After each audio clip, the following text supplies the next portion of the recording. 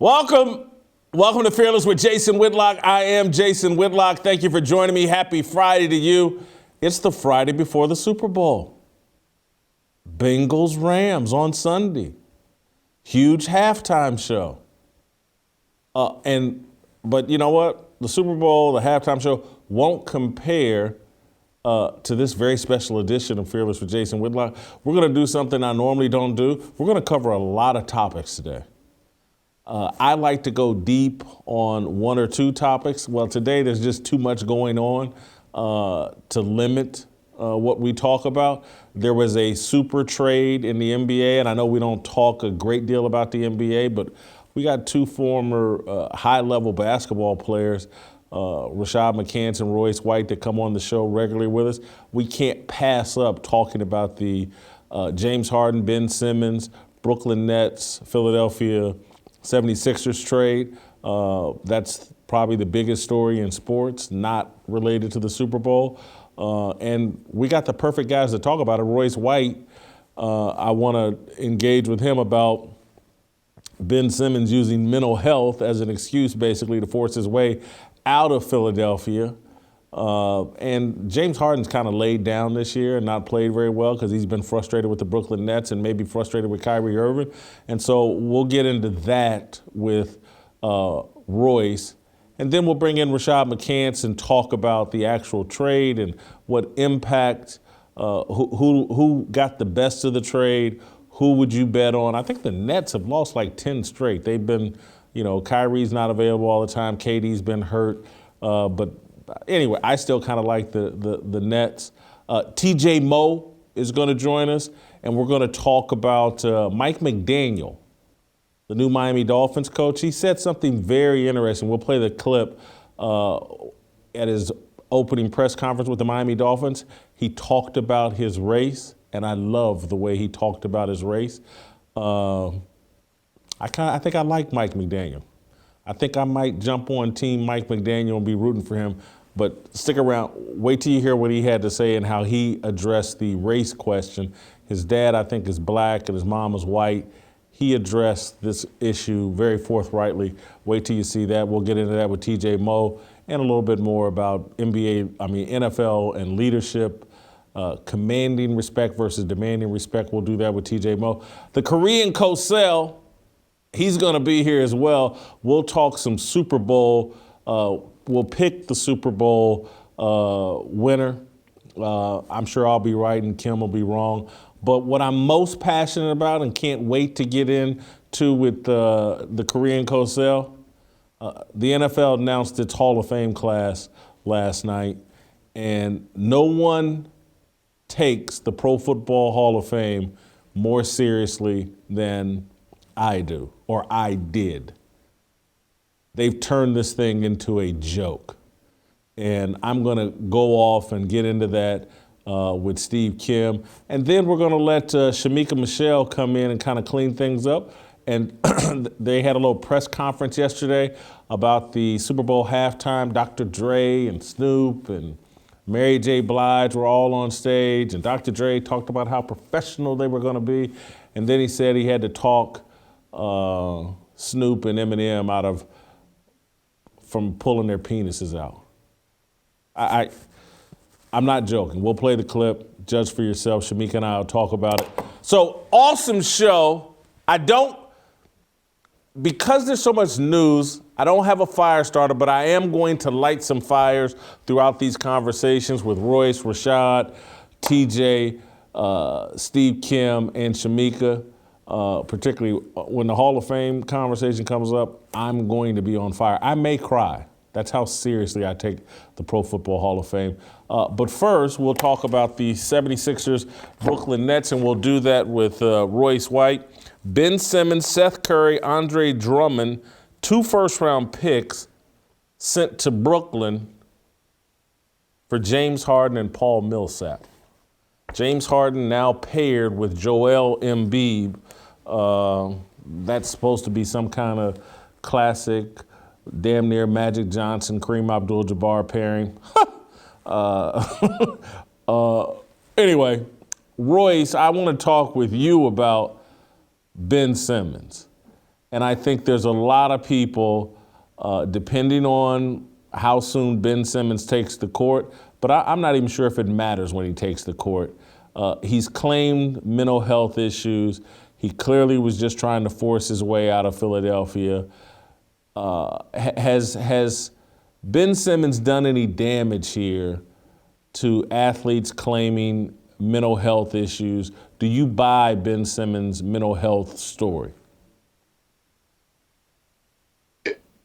Let me start with this. Okay. Mental health is a complex issue in the context of sports, especially, but in the context of being human. And I think all of those players they have a mental health first and foremost, as do all of us who are watching.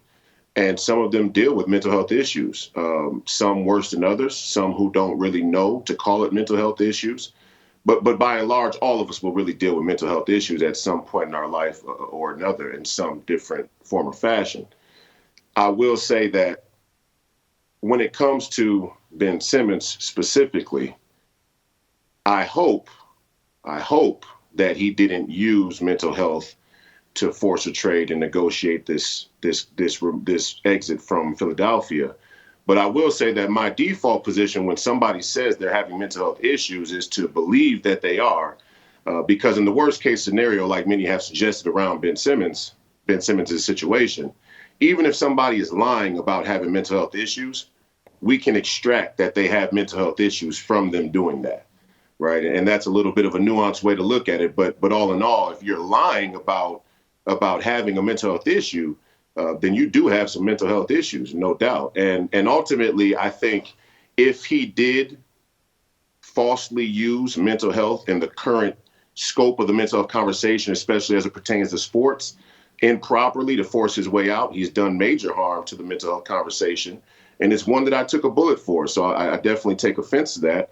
If he does have genuine mental health issues beneath the surface that we don't understand, I'm not close enough to him to know about that. And I hope that he's healthy now. And I think he does have a lot to still contribute to the game of basketball. So I hope he's healthy now, and I hope he moves forward. Royce, what do you say to some old dude like me that sits there and says, whew, the mental stress my mama was under when her and my daddy got divorced, and it was me, her, and my brother, and she had to take a second job, and she didn't take no days off despite whatever mental stress she was under. And you know, and I'll even go a step further, and not that I'm any type of hero, but I had the Omicron variant 2-3 weeks ago, and it's left me with a foggy brain. I'm not thinking as clearly. I can't focus as well as I had previously. I feel like I'm kind of on the other side of that, but I've struggled with it the past couple of weeks. I still showed up and did my job. And that's, people have been dealing with mental health issues while continuing to work for as long as I can remember. Tell me why my thinking is old and outdated and unhealthy. I just see it as a grown-up's responsibility to be reliable, available, put the work in. But I'm just an old fart, man. To set me straight. No, to be honest with you, I don't think that you're off track with that. I think that there's two sides to the coin when it comes to mental health or just work in general. I think our American culture has lost its sense of how important an honest day's labor is, and how good that can be for your mental health or just for your overall, spiritual health and just clarity in life. So I think we've lost that. But some of that does have to do with the same corporatocracy who would use a person like Ben Simmons not showing up to work and then appeal to a working class who's disenfranchised economically to say, he's rich, you make pennies, you should be mad at him because we're in a negotiation spat, right? So I see that little game that's played. And as an athlete, and I know you played in sports as well, there's this sort of cultural bait and switch played on us, where as spectators and as fans, we have to give this sort of grace to the establishment and the organizations when they position a player in a way that makes it so that, we say about the player, well, he's not loyal. Winning's not his main priority. He's selfish. He's a prima donna. He's a diva. He's a this. He's a that. But they operate only on business, right? And they've made the NBA and pro sports hyper business oriented, but they never get a criticism of those same sort of moral, cultural values that make us love our American athletes. And so my point to you is that in a case like Ben Simmons, let's just say he is faking. Let's just say winning's not his highest priority. Let's say he's not the dog everybody wants him to be or that they paid for. Are we going to overlook the fact that the Philadelphia 76ers culture, by and large, over the last 10 years, has been hyper business, that winning hasn't always been their highest priority? Ben Simmons was cultivated in a culture that says, hey, we could tank for 2 years. We could tank for 2 years because this is about business and getting the best draft picks. My point is this sort of anti-competitive spirit and ethos that's emerged in our pro sports had Sam Hinkie and the Philadelphia 76ers trying to cheat their way to victory. So why wouldn't Ben Simmons? Royce, that's why I had you on today. I knew you'd say something good. I knew you'd give me something, a different way to look at this and think about this. I wasn't prepared for that answer. That's a damn good one. You got anything else you want to say before I let you go? and ultimately, I will say that in the way Ben Simmons presented that he was having mental health issues does carry a sort of thread of dishonesty and disingenuousness from a perspective of him using it and saying the term mental health because it is supercharged in the media. And Rich Paul and the guys who are behind him knew to use that in this particular situation. That doesn't mean he doesn't have mental health issues. It just means the intention and the motivation might not be on the up and up. Great stuff, Royce. Thank you. We got to keep it moving. I got a lot of people to get to today. I want to, before I move on to Rashad McCants, I want to tell you about our good friends at Good Ranchers. Most of the meat that is sold to us at our local grocery stores is not what it seems.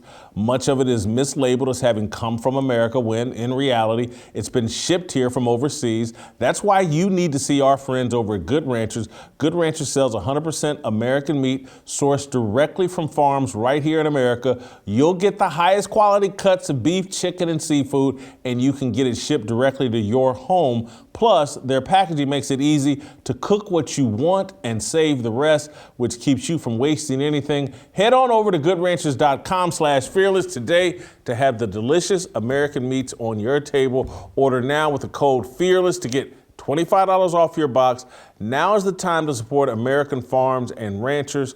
They're hurting and you're hungry. Solve both of those problems with a box of American meat. Go to goodranchers.com/fearless.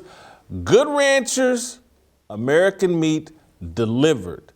Good Ranchers, a sponsor that supports you and our way of life.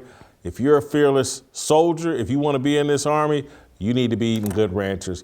All right, we're going to move on to Rashad McCants and kind of talk about the basketball aspect of the Ben Simmons, James Harden trade. Next.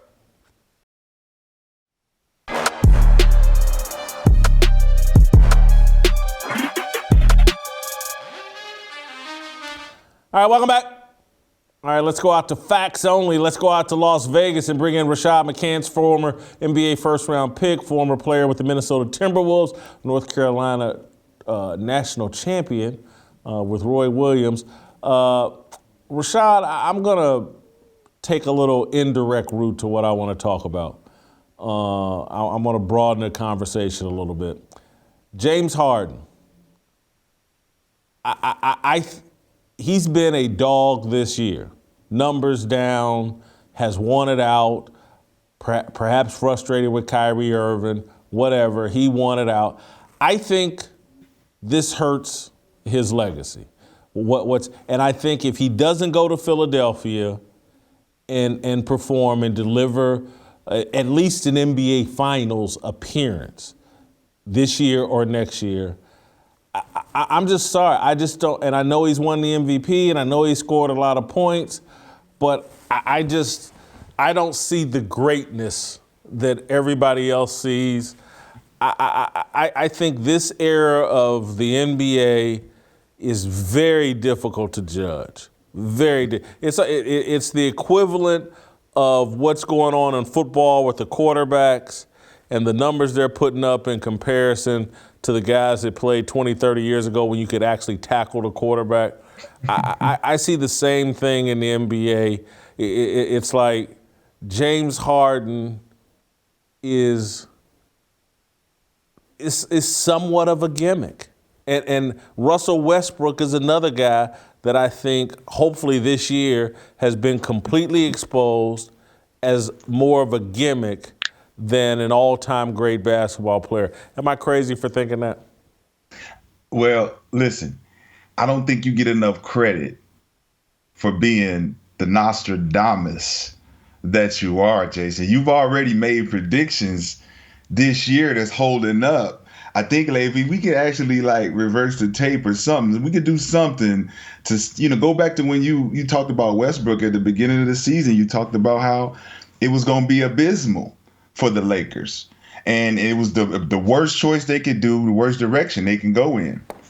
Now you're here talking about one of the biggest trades of all time, and it's being the biggest fallacy we've ever seen. This is not a good trade for Philly. It's just going to be really bad for Joel Embiid because he has an expectation that he's formed around this team that just has a winning spirit without Ben Simmons. And to have James Harden, another distraction, come in and inject himself into a situation where we got this. Joel is the guy. Ain't no distraction. Give him the ball. We're going to work through him. Now you got James Harden, who needs the ball, who needs attention, who doesn't play defense, who doesn't have team accountability. And now he's in a comfortable place with a guy like Doc Rivers, who doesn't give none of his players accountability. And it's gonna be bad. It's gonna be real bad. And I think Brooklyn wins because they get Drummond, they get Ben Simmons, which Ben Simmons, Seth Curry, and they get the first round picks. But let's go to Ben Simmons. Why Ben Simmons loves this situation is because everyone thinks that. Hold for 1 second, Rashad. Hold on, because I don't want you to leave this Philadelphia situation alone just yet, because you also left out the element that he has this general manager, team president, Daryl Morey, who absolutely loves him. And so yes. James Harden is showing up today thinking, this is my team. I think that's the point perhaps you're making is like, hey, that's Joel Embiid's team, yes. But the general manager is in James Harden's hip pocket and needs to have James Harden happy and not forcing his way out of there because Daryl Morey has mud on his face.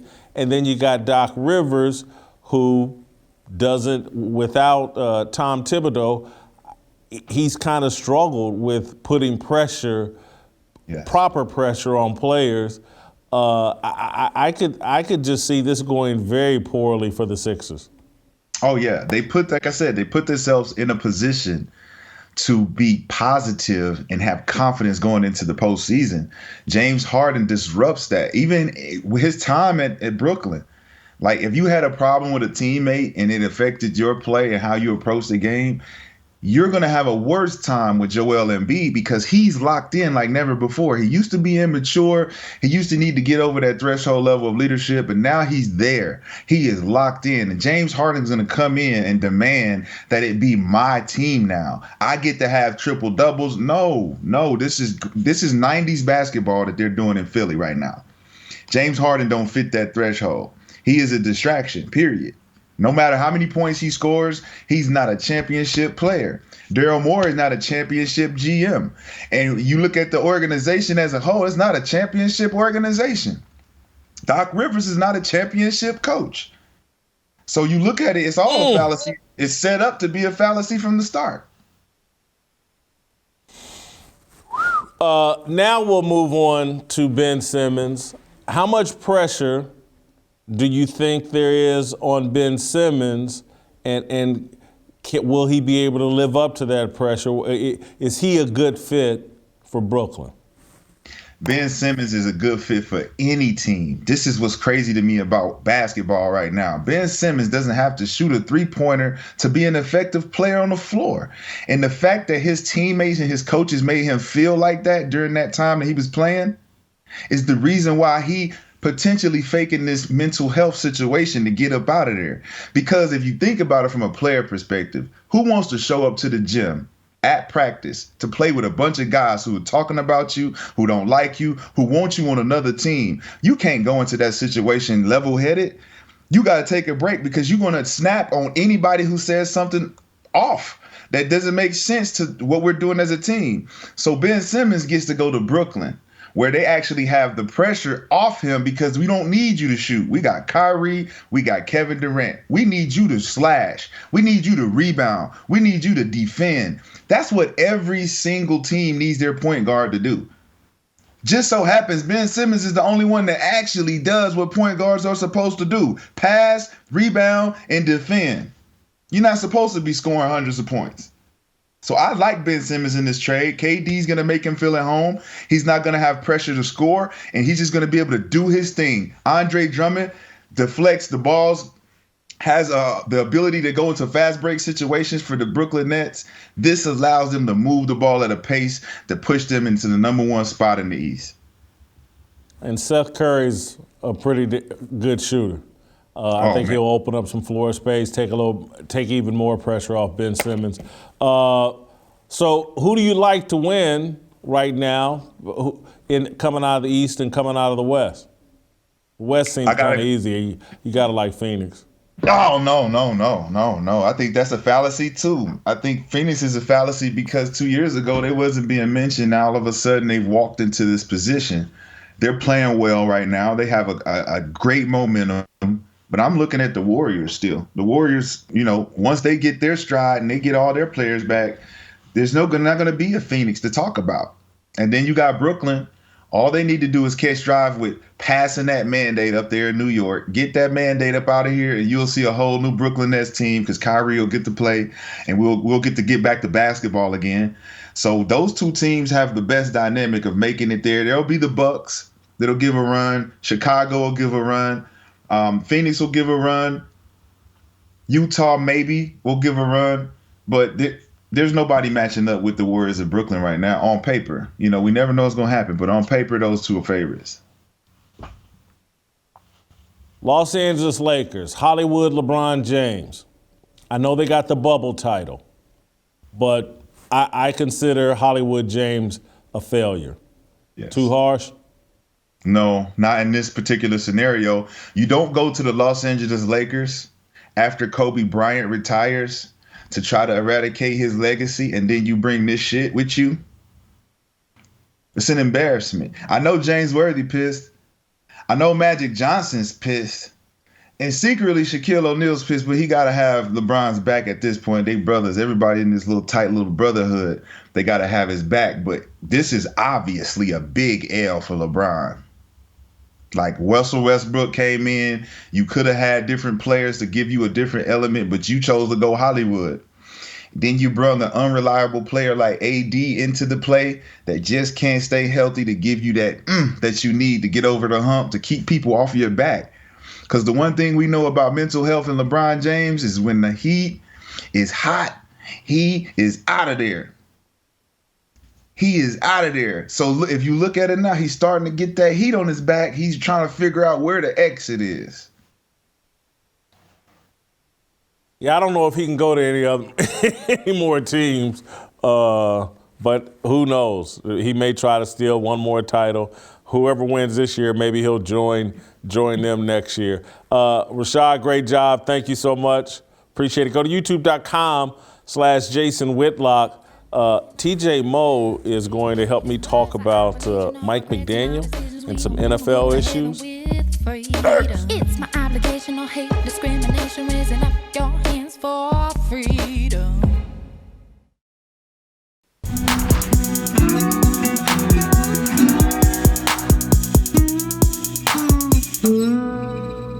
All right, welcome back. Time to roll out to St. Louis, and the state of Missouri, the Show Me State, and bring in the Show Me Kid, T.J. Moe. T.J., I want to start with Mike McDaniel, the new head football coach of the Miami Dolphins. He had his first press conference and was asked the race question that all the media has talked about incessantly. I thought his response was fascinating, impressive, real. He didn't belabor it, but I just thought he made his point very well, and I wish more people talk like him. Let's watch the clip.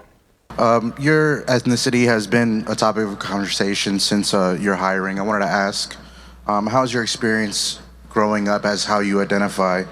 How has that experience been, and do you think getting a job like this sets an example for people just like you who have the same life experiences? Yeah, it's been very odd, to tell you the truth.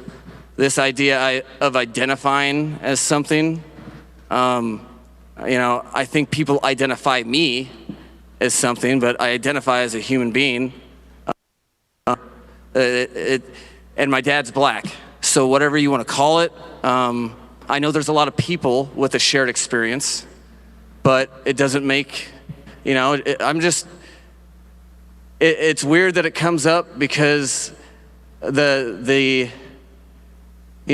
just tried to be a good person, and I think my background opens my eyes a little bit. I don't have any real experience with racism because, I think you identify me as something close to, I don't know. But I know my mom experienced it when she married my dad. I know my dad experienced it, and that's in my family. But I guess that makes me a human being that can identify with other people's problems. Awesome answer, honest answer. Not what the media wanted to hear. Do you think he might pay a little price for basically going the Tiger Woods route? He's black and Asian, or not black and Asian. He's black and white. I'm sorry. Tiger Woods said cobbling Asian, but I'm just wondering if the media is going to leave him alone about this topic now, or will they keep picking at it? They're probably going to keep picking at it. What's interesting is that I don't think people knew that his dad was black and his mom was white. I tried to look it up because we had been during when they're making the rounds, people said, well, he is multiracial. It has been talked about so little in his life that people didn't even know anything about it, which is a very good thing. I mean, I've said this to you when I first came on the show months ago. Morgan Freeman kind of said, he was on 60 Minutes with Mike Wallace, and he said, you want to get rid of racism? Stop talking about it so much. If everything's about race, you're going to be hypersensitive about race. And so, when I tweeted about this yesterday because I loved it. I thought it was a brilliant answer, an honest answer coming from a genuine person who was trying to think it through. I also loved that you could see that he was thinking it through at the podium because he doesn't spend his time thinking about that. That's a very good thing. We should all stop thinking about race so much all the time. But I tagged Sage Steele, who's obviously dealt with the same stuff.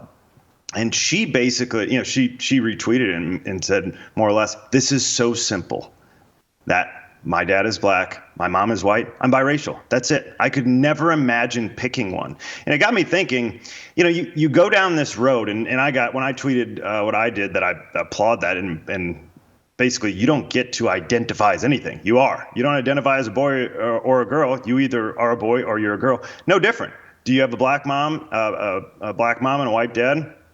Biracial. That's it. And so I said that, and people said, yeah, you mean like how your white ancestors deemed anybody with one drop of black blood as black? First of all, blood is not black, so we could start there. But more importantly, we have all decided we should move past that, yeah? And so it is super interesting that white people like me are sitting here with open arms applauding Sage Steele and Tiger Woods and Mike McDaniel and whoever wants to just say, yeah, I'm not really anything. I'm Mike. that's a great thing. And so it did get me thinking about just what an unbelievably terrible position we're putting specifically biracial kids in. I mean, think about it. They are sitting there again at 7th grade, 8th grade. You're getting into having these type of conversations. Maybe you're broaching adulthood, and you have parents who have sacrificed their time, their money, their energy, their attention to love you unconditionally. And we're saying we don't care. You need to pick one. You need to cast one of them aside because of what white people did several generations ago that we're still mad about. Cast one of them aside, and you need to pick one. And we're going to keep talking about this until you do. What an unbelievable disservice to these kids. But yeah, it's like they want to hold on to this one drop rule deal, and that's something bigots came up with. And it's the same deal as like bigots came up with the N-word. And let's hold on to that. And let's make, we now own that word. And so it's like whatever racist white people did, there seems to be a group of black people and white liberals who want to repeat that and hold on to it. It's mind-boggling. The thing I really loved about what Mike McDaniel said, TJ, is that, and maybe he has a little bit more liberty because I think most people see Mike McDaniel and just assume he's white and just keep it moving. But what he basically said was, hey man, my mother and father went through some things that I didn't.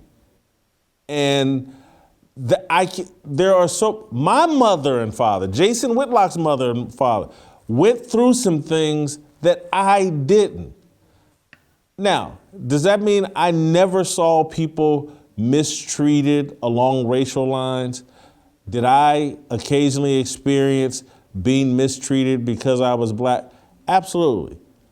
But compared to what my mother and father experienced and their parents experienced, I've dealt with some assholes, for lack of a better description, and I've been an asshole. Again, I talked about this, I believe, on Wednesday, in terms of like, man, I've done some effed up stuff. I used to be a meathead that, could bench press 500 pounds and love to, be kind of an idiot. And so there are some people, this wasn't a racial thing, but I think I've told this story before.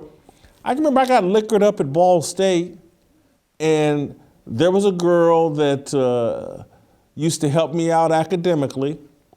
And at the end of the semester, she was going to help me out in other ways. And we met up at I worked at a popular bar and as the bouncer my last year. And she came that night, and that night we were supposed to go home. I get all liquored up. And she's dancing with a kid that she went to high school with. And I'm drunk and think like, hold up. I think she's fitting to go home with him. I beat the kid up, TJ. It's one of the most embarrassing, dumbest things I've ever done. It was a little white dude that was probably 170 pounds.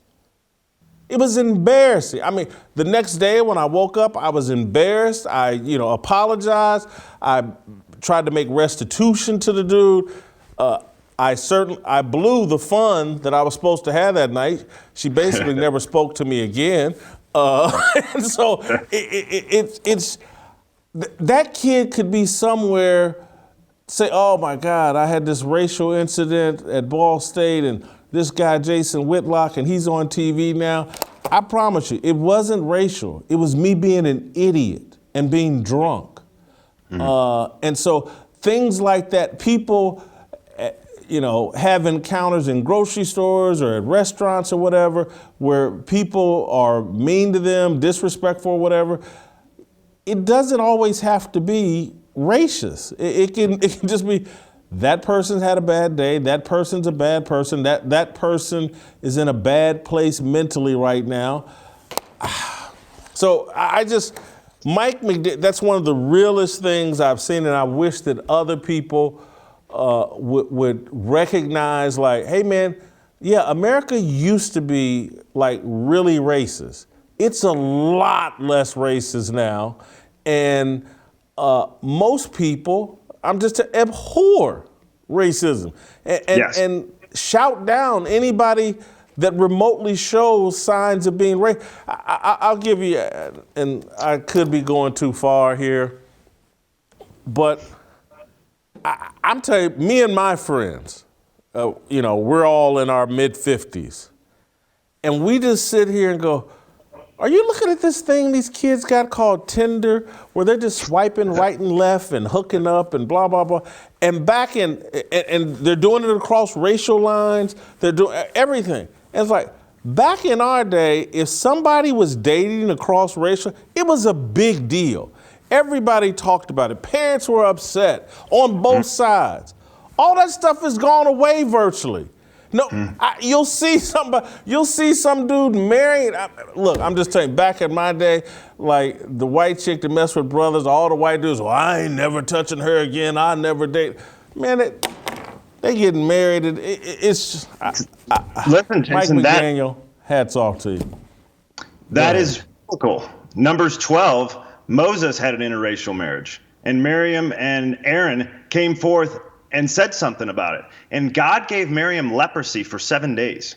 He said, don't you ever talk like that. Go read it. It's in Numbers 12. So God himself approves of interracial marriage and is opposed to those who are against it.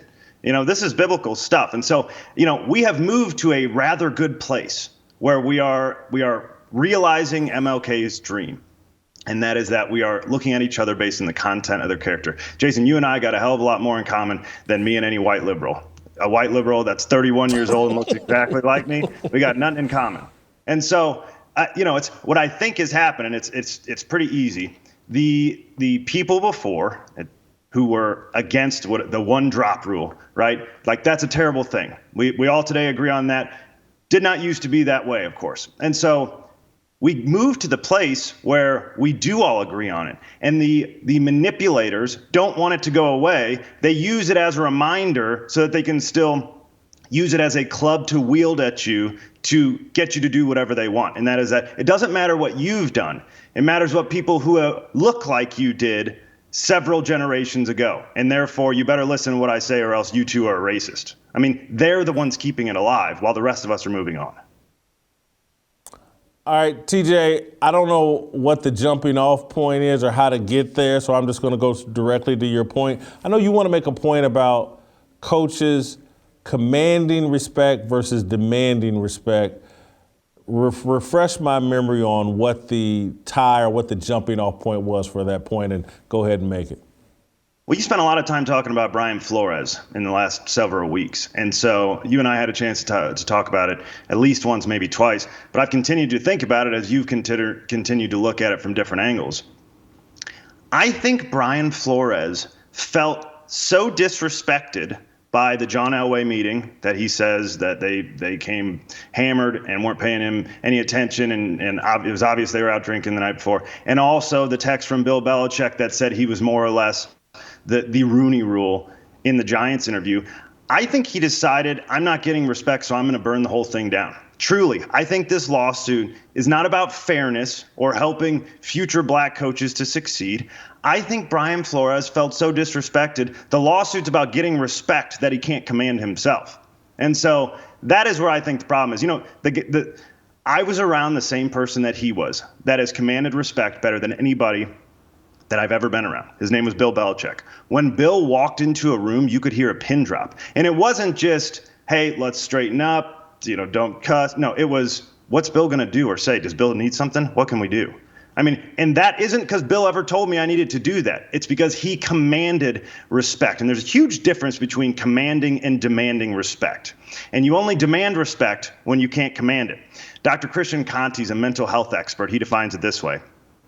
To demand respect is to tell others, you will respect me, or otherwise threaten or punish those who do not act according to your wishes. To command respect is to have others observe and admire your actions of their own volition. So in other words, I choose to respect you based on your actions versus you saying, it doesn't matter what I do, you're going to respect me. And so Brian Flores was obviously not getting the respect that he desired when he walked through the door. So he filed a lawsuit in order to demand this respect. I mean, there are certain characteristics of somebody that commands respect. Jason, you do this very well, having been around. Somebody who's confident, not looking for affirmation or approval from others. They just are who they are. They're competent, typically very high achievers, willing to do whatever it takes, usually very self-aware, introspective, thoughtful people, and they have self-respect. And people who have self-respect typically lead you to have that same respect for them. You know, one of the definitions of respect is to consider worthy of high regard. Okay. So if you're not being respected, you need to look inside. What are you doing that's not worthy of being held in high regard? And where could you improve? And I think what's happened here is so unfortunate because I had such high hopes for Brian Flores. When you ask yourself, why am I not being respected? And you come to the conclusion that it's an external factor outside of something you can control, you will never command respect. You have no chance. You've just stunted your growth because you refuse to look at yourself, what you could do to become the person that could command respect. Instead, you are trying to strong arm other people into respecting you when you are obviously not doing what it takes to command that respect. So you go down that road, your growth is done, and so are your hopes of ever commanding respect. So this next point, I'm not going to directly connect to Brian Flores because, you know, I'm not 100%, but I want to connect it to this whole conversation we keep having about NFL leadership. And I've been hammering this point all week. I just last night I came up with another layer in terms of we keep this diversity, inclusion, and equity stuff that it's our highest priority, blah, blah, blah, blah, blah, blah. And I'm listening to Goodell and the media and everybody talk about this, and I'm like, if I'm the owner of a team or if I'm a head coach of a team, I want to hire people in influential positions who share my values. Again, I'm trying to create a culture as a team owner or as a head coach.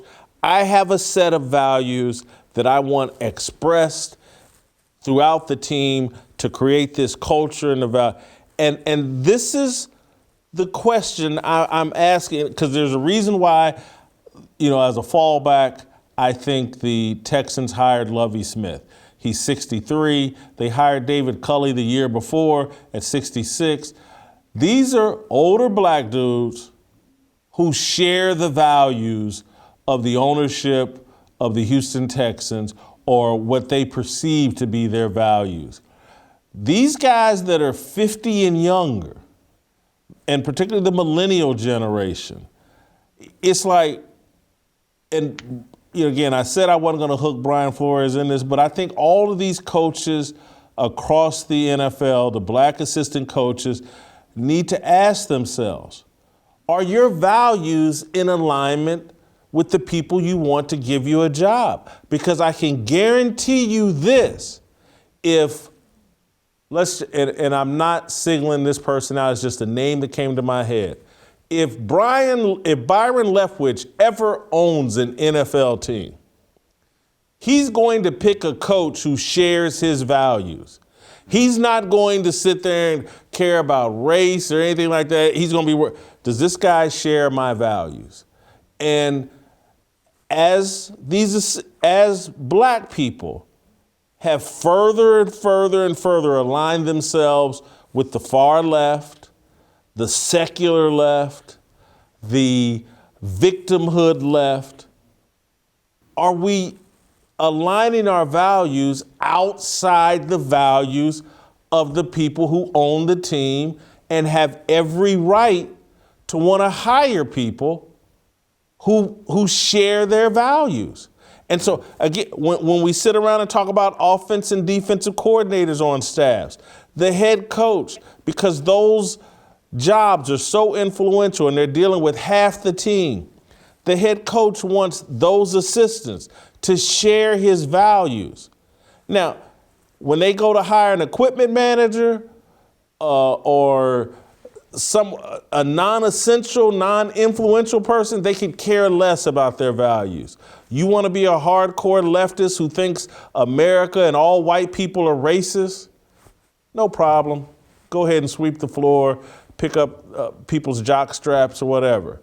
But head coach, team president, general manager, if you're coming into that situation, America's steaming pile of white supremacy, and you think that owner wants to make you the expression of his values, good luck with that. Yeah, I love your point about the older generation. I think there's a huge difference. You know this, and you are one generation prior to me, and Lovey's maybe a half a generation above you here.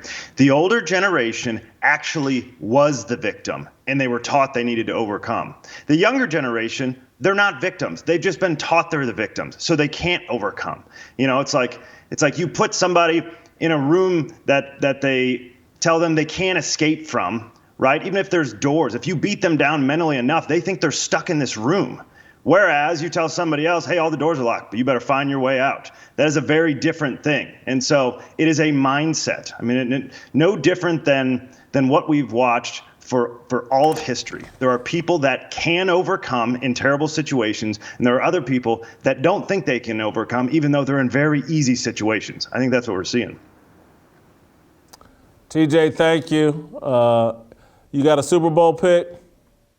Unfortunately, it's the Rams. I'm going to root like hell for the Bengals. I have a serious problem with the Rams after they left my city. Although they did just give us about $900 million, so we'll spend that well. But Aaron Donald, Von Miller are going to be way too much for a Bengals team that let up 9 sacks against your Tennessee Titans that lost in the first round there. So I will say Rams, although begrudgingly. All right, get your Fearless Army swag, shopblazemedia.com/fearless. All right, Steve Kim's just around the corner. We're going to get into some more Super Bowl talk and some Hall of Fame talk. Next.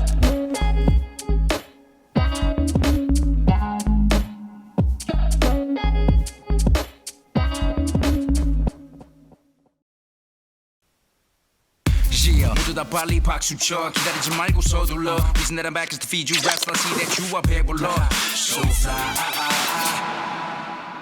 All right, time to roll out to Los Angeles and bring in the Korean Cosell. Steve, I just want you to know I'm about to explode on this Hall of Fame deal. I'm going to try to be respectful to the guys that just made it in. You know, I'm friendly with Dick Vermeil. I'm happy Dick Vermeil made it. He's not the person or persons I'm most upset about making the Hall of Fame. But listen to this group.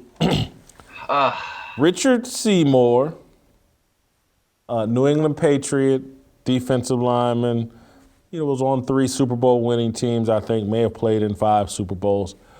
Sam Mills, the undersized linebacker. Cliff Branch, wide receiver with the old Oakland Raiders. Leroy Butler, safety with the Green Bay Packers. And Tony Baselli. Jacksonville Jaguars offensive lineman, career cut short, 6-time Pro Bowl.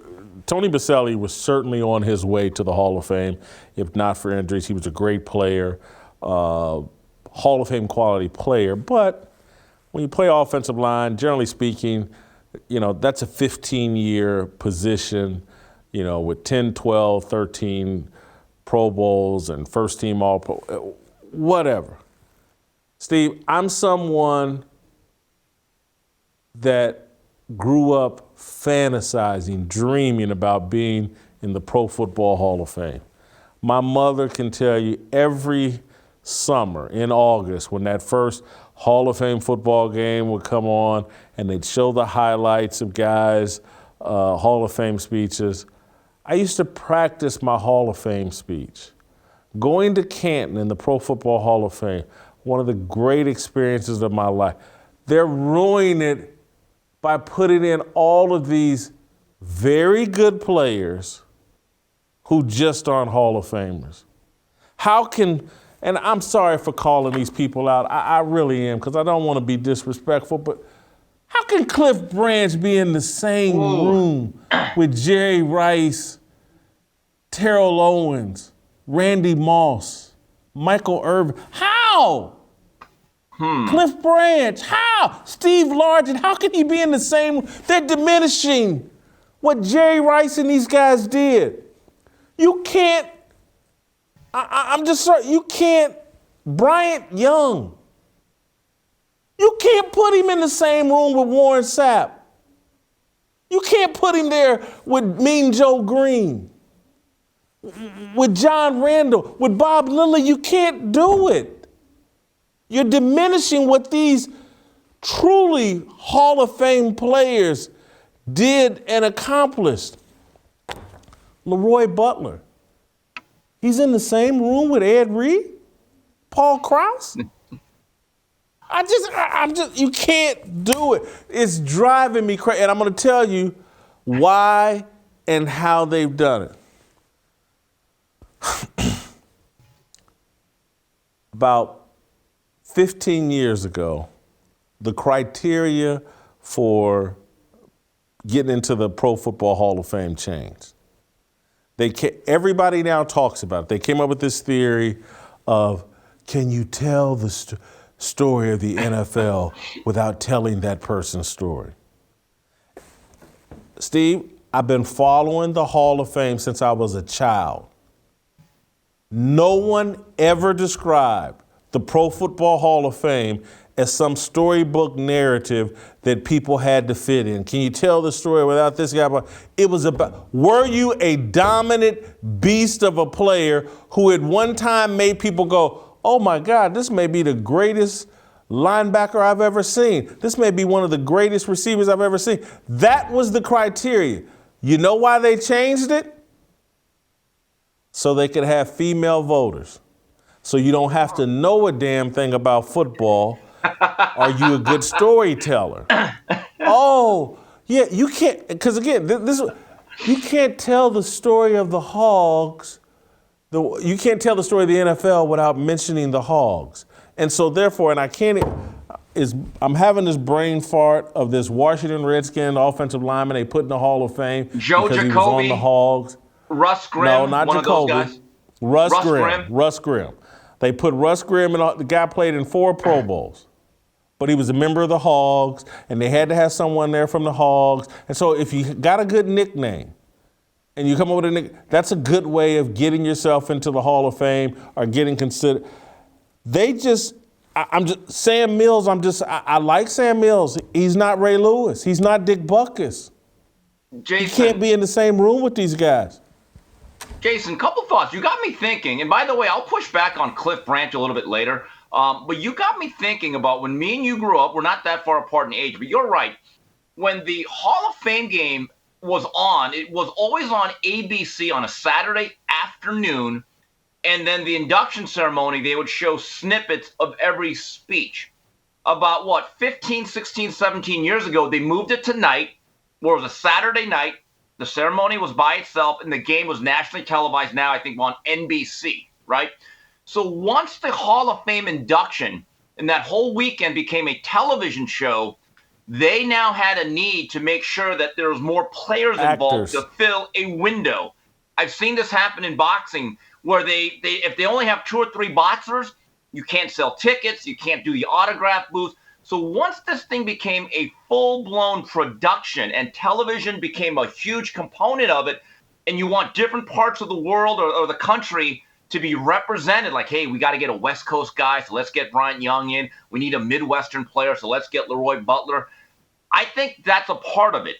Now, as for Cliff Branch, speed kills. I know his stats aren't great, but I have to ask you this. Did you think Lynn Swann belonged in the Hall of Fame?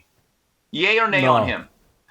Okay, At least you're consistent, because if you look at Cliff Branch's numbers across the board, they're much better than Lynn Swann. He played in 3 Super Bowls, and his stats, to me, he played in an era where there was no empty calories as it related to playing wide receiver. You could get decapitated back then. They could play bump and run for 50 yards, and they could hit you across the face, and they'd laugh at you. Cliff Branch was a big-time, big-game clutch player. I actually don't mind him or Dick Vermeil. The guy went to 2 Super Bowls with 2 different franchises, left a great team in St. Louis, and he came up with the term burnout. Just for that, he should be in some sort of Hall of Fame. I don't have a problem with Dick Vermeil making the Hall of Fame. I do know Mike Holmgren has a problem with Dick Vermeil making it there before him. Dick Vermeil took two different teams to the Super Bowl. He coached in 3, had a higher regular season winning percentage than Dick Vermeil. I got no problem with Dick Vermeil being in the Hall of Fame, but maybe some other candidates. I think you've just made an excellent point, though, about how it's now a TV show and you need more actors from around the country. It's a great point. And then I'm just telling you, they changed the selection criteria. Oh, everybody, I had a Hall of Famer call me this morning talking about this whole thing about can you tell the story without blah, blah, blah. And it's like, how did we come? I thought it was about playing football. Yeah, Jason. And I'm talking about, there's a Hall of Famer that's like, hey man, this is crazy. These people they letting in next to us. They're taking the shine off the gold jacket. Yeah, Jason, you're right. I mean, the NFL Hall of Fame used to be like Studio 54. It was hard to get behind that velvet rope and into the club. And now it's like Applebee's on a Friday night. You want to have a little bit of scarcity, and you want to make it for the elite of the elite. Here's the problem with the story of the league, that whole argument. Tony Boselli, I remember watching him at USC in his sophomore year, and I said, that guy is going to be a 10-time Pro Bowler. Here's the problem. What I remember most about his career was shutting down Bruce Smith early on in a playoff game in his 3rd year, and I said, wow, that guy's unbelievable. 4 years later, he was the number 1 pick in the expansion draft of the Texans, never played another game. Career was completely truncated. Bryant Young, very stout inside player defensively. I thought most of his success came in the first 5 years. Sam Mills, longevity, the Dome Patrol. Ricky Jackson was a Hall of Famer. Had a nice run at the end by the Panthers, but here's the problem. If Sam Mills gets in, and congratulations to him, when does London Fletcher get the call? That's the question. And Leroy Butler, Butler was a Zach very Thomas. versatile. When does Zach Thomas get in? When does Zach Thomas with the Dolphins? Absolutely right, because at the top level, he's in. Here's what I thought, and this is an old line from one of my favorite beer commercials. The fact that Andre Johnson, Devin Hester, and Reggie Wayne, that none of them got in, and yes, I'm being very biased for the U, could not get in at all, because you cannot talk about the story of the league without Devin Hester and how he changed the game in a lot of ways. That's a travesty, a sham, and a mockery. That's a travesty, mockery, and I'm very upset. That's the big story we should have let off with. The exclusion of the U, Jay. All right, I'm not going to beat up that topic anymore. We should talk our Super Bowl picks. I think the Rams are going to win by 17 to 20 points. I think Aaron Donald's going to be the MVP of this game. I think he's going to put the exclamation and make a bid, a case for the greatest defensive player of all time with his performance on Sunday. Whoa! Now, I will say this. For me, it'll be hard to surpass Reggie White. But the last time, did Ray Lewis win MVP of his first Super Bowl? Yes, Because I was at that game, and he was clearly the most dominant player. And so I'm expecting that type of performance from Aaron Donald. I think the Rams win easy. No disrespect to the Bengals. They got a great future ahead of them.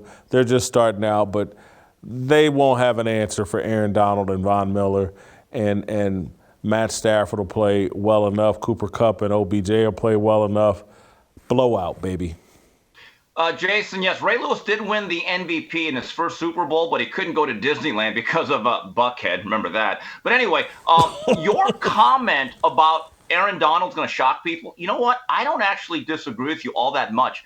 I've been thinking about this. Aaron Donald is the only guy that I think can rival Reggie White, and I'll tell you why. If you played Aaron Donald in a 3-4 or in a 4-3 at various spots, he'd always be a Pro Bowler at any spot. Whether he was a 3-technique tackle, whether he was right over the nose. He's one of the few guys that can play inside. Then, Jay, what they do is they actually flex him outside as an edge rusher, and he bends the corner.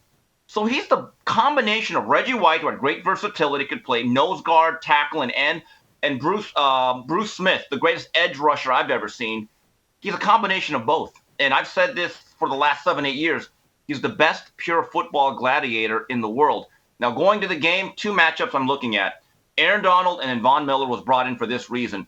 The Bengals, for a Super Bowl team, they don't have a great offensive line. That's something that they will address in the offseason. If the Bengals get behind and it becomes a complete throw game and Mixon is not allowed to at least establish his game a little bit, you're right. They become even better, the Rams defense, specifically the 2 guys that I mentioned. Also, Jamar Chase, obviously a future Pro Bowler. I wonder what the Rams are going to do defensively with Jalen Ramsey. Ramsey's no longer just a cornerback. They play that star position where he's a bit of a hybrid to make sure he gets involved more in the middle of the field. I wonder if they're going to have him shadow Chase. Those are the 2 matchups I think are going to be really key. But, Jay, I'm with you. The Rams are the better team. The Bengals are a great story. They're ahead of schedule with Joe Burrow. But this is a home game, and I believe that they will lift the Lombardi Trophy. Thank you, Steve. I got to keep it moving. Go to youtube.com/Jason Whitlock. I'm going to talk about the halftime show with Shemeka Michelle.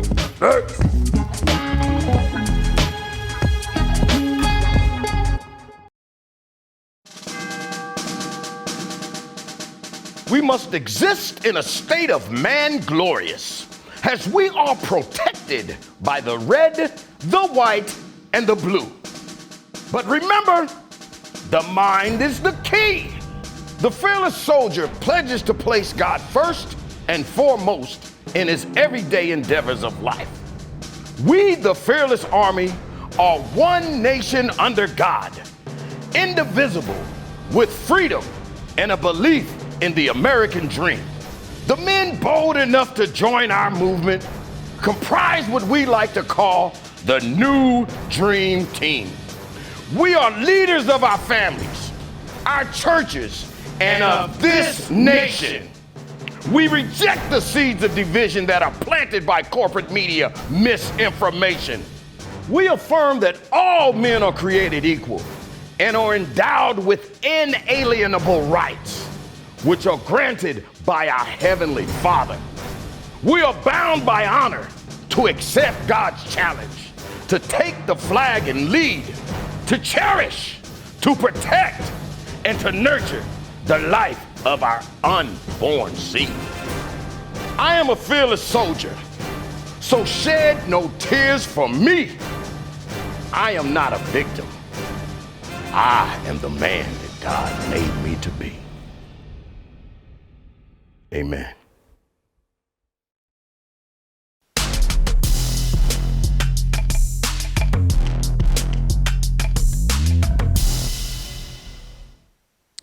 All right, welcome back.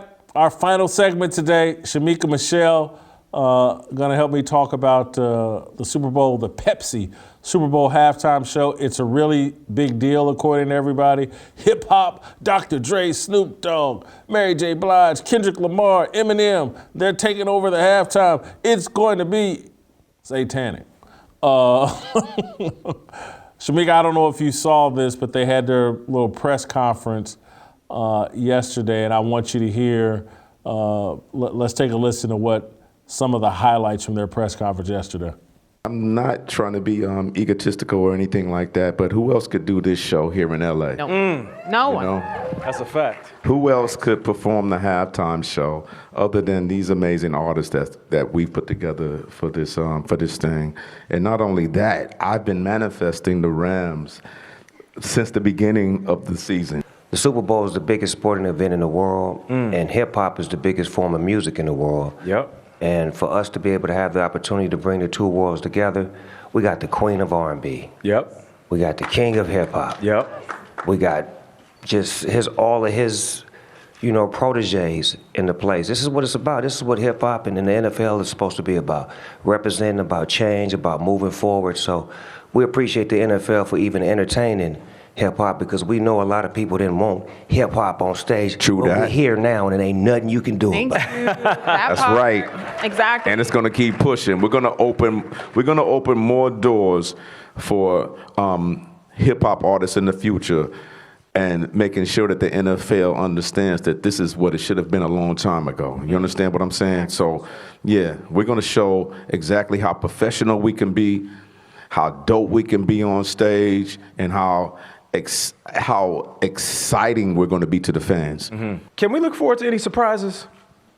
I'm not talking about that, but yes, but I'm not going to talk about it. So there will be surprises. Absolutely. There won't be any wardrobe malfunctions, though, if that's what Snoop, you're you so wondering about. silly. Snoop, I'm gonna need you to keep your shirt on, all right? Stop it. I may not. No, I had to talk Snoop and Eminem out of pulling their out. Whoa! Just, Things took a turn. especially Eminem. Yeah, so it's going to be very professional, but I had to talk Snoop and Eminem from pulling out their penises. Are you excited about this halftime show? Jason, I have to be honest. I am. So, during halftime, I'm going to be right there like, when I met you last night, baby. And then I'm going to be there with, we got lovers true and through, and though we made it through the storm. And then I'm going to go to falling back on that ass with a hell about gangster lean, getting funky on the mic like an old batch of collard greens. Jason, you know that's my music. So I am going to be excited. One of the things, though, I have to say is that hip hop has come a long way. Like, we are a long way from the hip hop, the hibbit to the hip hop, you don't stop, rock it to the bang bang, boogie say up, jump the boogie to the rhythm of the boogity beat. So I think this is a big deal, especially for Dr. Dre. Now, what I do have questions about is why it's being made to seem as if this is something grand for Black people. Black artists have been included in the Super Bowl halftime for a very long time. Even hip hop artists have been in the Super Bowl for a very long time. So I think that it's a little bit dishonest to be pushing this as if this is like some grand gesture for the NFL and this is some big, great deal for Black people. Like, we've been excluded from NFL Super Bowl halftimes, and that's just simply not true.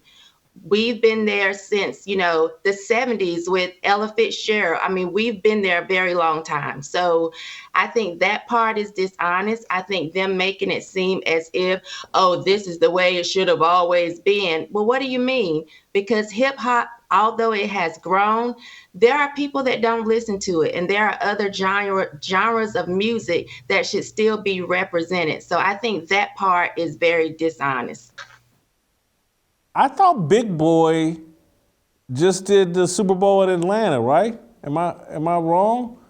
I thought we just saw hip hop. He was a guest. Who was the feature? I don't know who the feature was, but I do know we've been there. Nelly was there over 20 years ago. Mary J. Blige has been there before. So hip hop has been there. So I'm not exactly sure why they're making it seem as if this is the first time hip hop has been at the Super Bowl, because that's just not true. I'm going to watch it because I want to see what happens.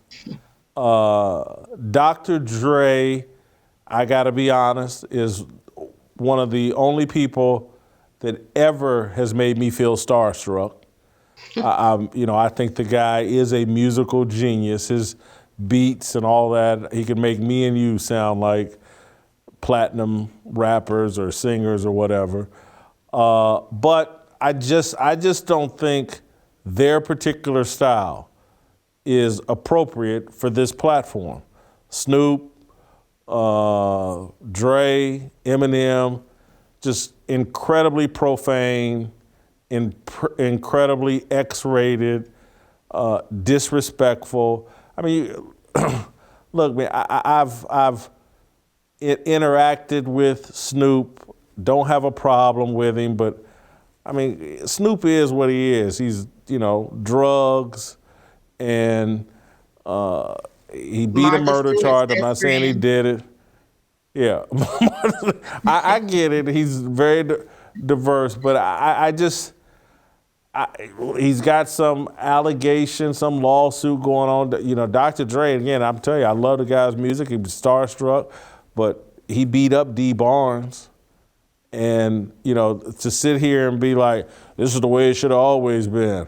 Yes, I have beat up women and, been a part of some really negative activity. But yes, I should have been on the largest platform.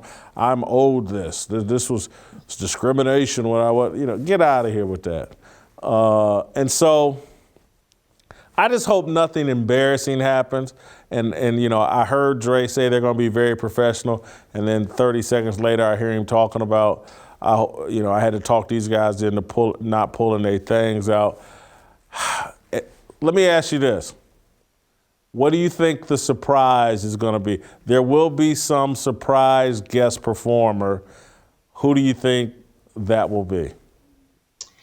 I don't know who I think it would be, but I think it would be great if it could be someone like really old school. I would love to see some of the old school artists come out who never had the chance to do the Super Bowl. I think since this is such a big deal for them and they're saying that they're opening so many doors, I think this would be the perfect time to pay homage to the artists who paved the way for them to even get to be the headliners for the Super Bowl. So that's what I would love to see is some of the older artists, bring out, I don't know, Public Enemy, or bring out Big Daddy Kane, bring out some of these old rappers that, they would never have the chance to do this.